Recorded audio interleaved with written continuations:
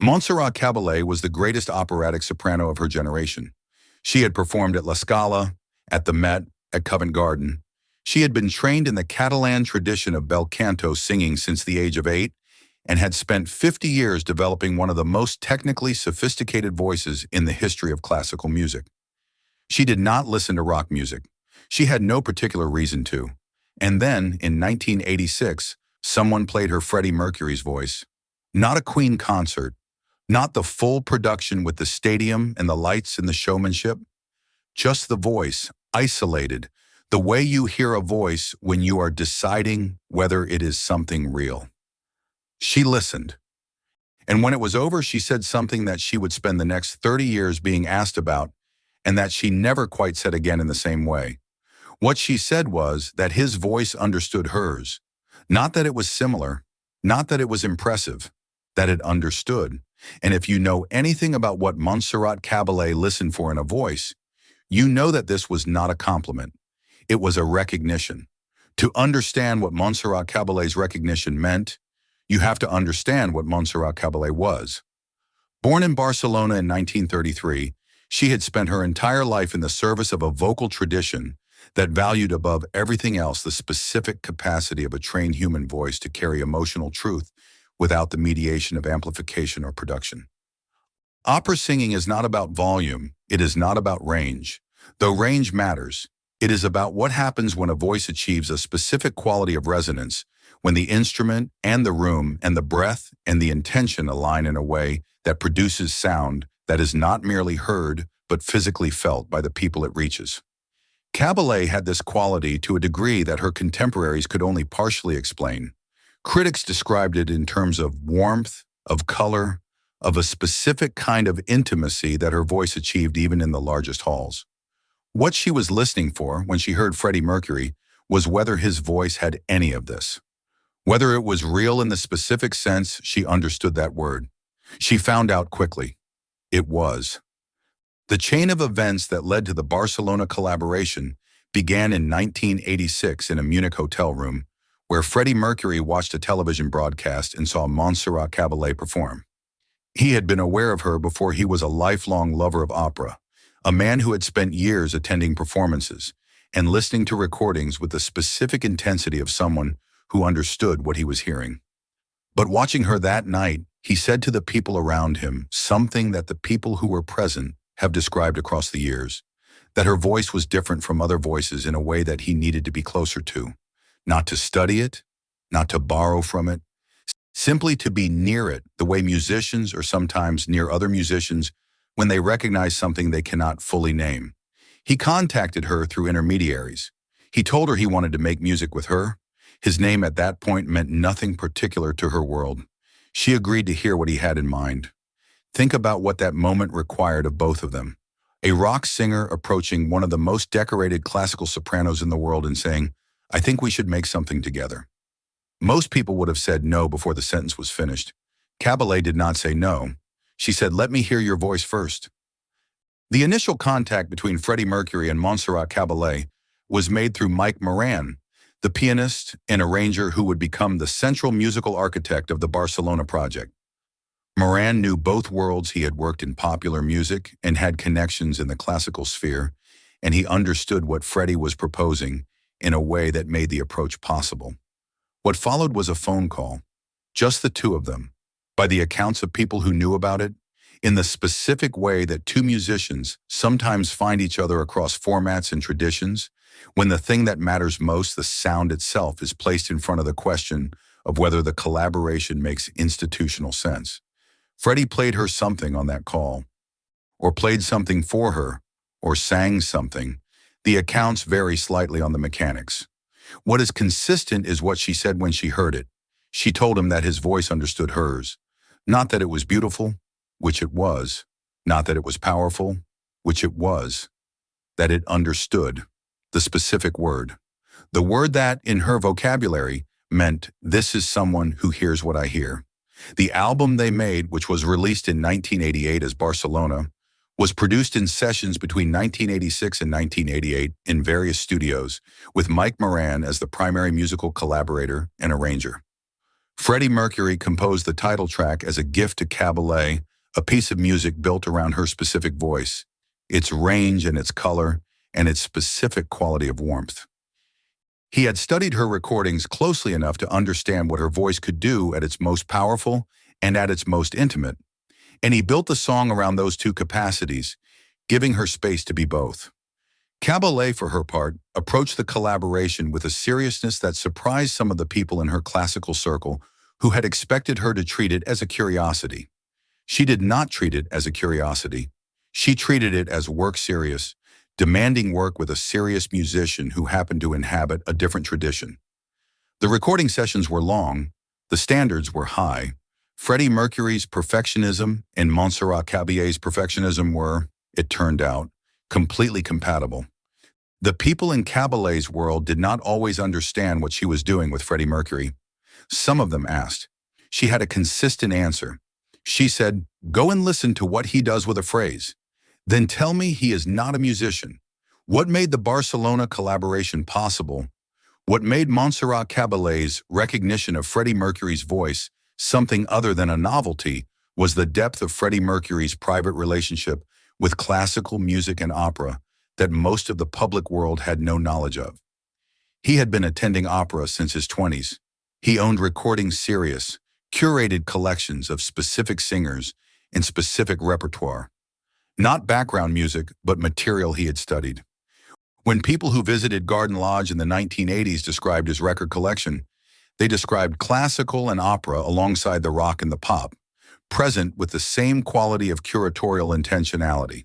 He understood bel canto tradition from the inside, as a listener who had paid sufficient attention to understand what made one voice different from another. When he told Caballé that her voice was different from other voices, he was not delivering a celebrity compliment.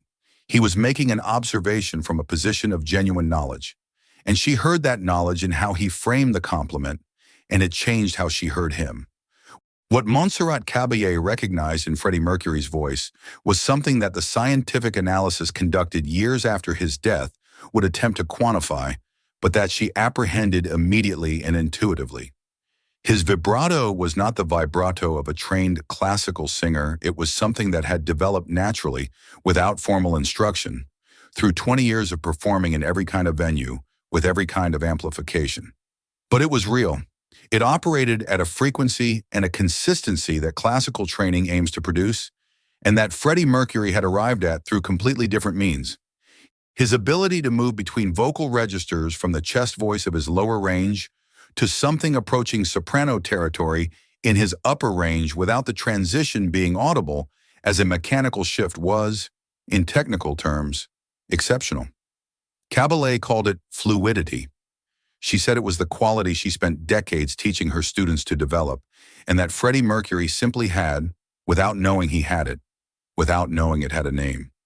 The Barcelona album was released in October 1988. The title track became the official anthem of the 1992 Barcelona Olympic Games, the largest stage the collaboration would ever have, the moment when the music reached a global audience, in a context that gave it a meaning beyond even what Freddie Mercury had imagined when he built it around Caballé's voice. Freddie Mercury did not live to see the 1992 Olympics. He died on the 24th of November, 1991, 8 months before the Barcelona Games opened. The opening ceremony at which Caballé performed Barcelona alone without him, with a recording of his voice in a stadium in the city the song was named for, was one of the most watched television events of that year. She sang it to his recording. And the specific quality of what happened in that stadium when the two voices joined one live, one preserved from the sessions they had made together, was what the people who were there have described, consistently, as the sound of something that had been waiting for that exact moment to be heard. She sang it to his voice. He had been dead for 8 months, and the stadium in his song heard them together for the first time. Think about what that moment contained. Montserrat Caballé's grief for Freddie Mercury was, by the accounts of people in her circle after his death, something she carried quietly and without the public dimension that the collaboration might have invited. She gave interviews about him. She spoke about the work they had done together with the specific respect of someone describing a colleague of genuine equal standing. but the private dimension of what she lost, the specific quality of working with someone who had heard her voice the way she described him hearing it, with the understanding she meant when she used that word, was not something she translated fully into public language.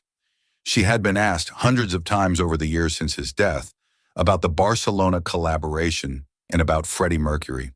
Her answers were consistently warm and consistently careful. She never quite said again what she had said the first time she heard his voice.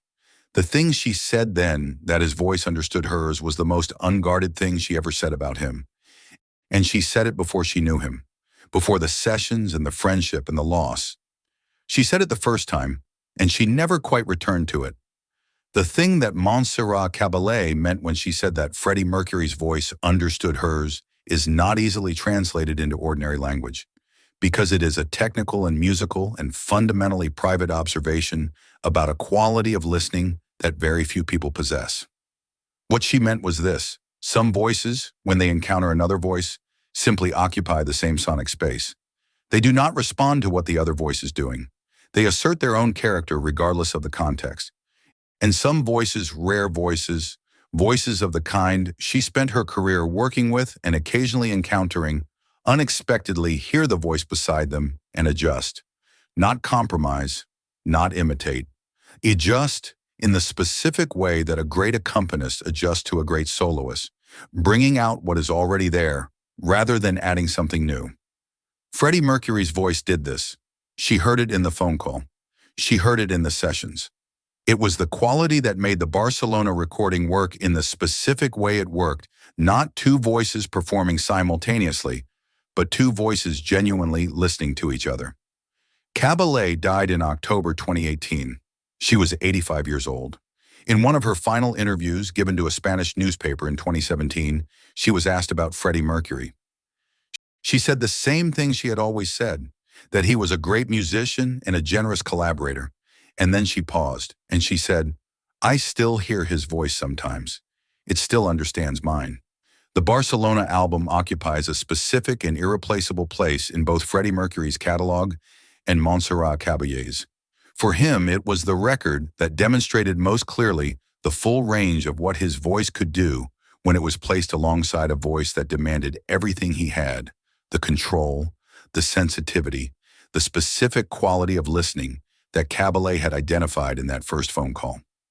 For her, it was the collaboration that surprised her colleagues and that she never felt the need to apologize for, because she knew what she had heard and she trusted what she heard. The recording of the title track, the specific moment in the final chorus where the two voices converge on the same note and hold it, is cited by vocal coaches and acoustic researchers as one of the most technically extraordinary things captured on a commercial recording. Two voices, one from opera, one from rock, meeting on a note, both of them knowing where the note was before they arrived at it. That is what the recognition produced. That is what her first sentence, spoken in the first phone call, was pointing toward. His voice understood hers, and the music they made is the evidence. Montserrat Caballé said it once, before she knew him, his voice understood hers. She spent 30 years trying to explain it to people who asked, and she never quite got back to the simplicity of that first sentence, because that sentence was said before the sessions and before the friendship and before the loss, said from the pure, unmediated place of a musician hearing something real for the first time and naming it with the accuracy that only comes before you know enough to be careful. Freddie Mercury spent his life being recognized for what he could do in front of a crowd. Caballé recognized what he could do beside her. The difference between those two forms of recognition is the whole of what Barcelona was. He heard her first. She heard him second. And what they made from those two acts of hearing is still, decades after both of them are gone, doing exactly what she said it would. Understanding.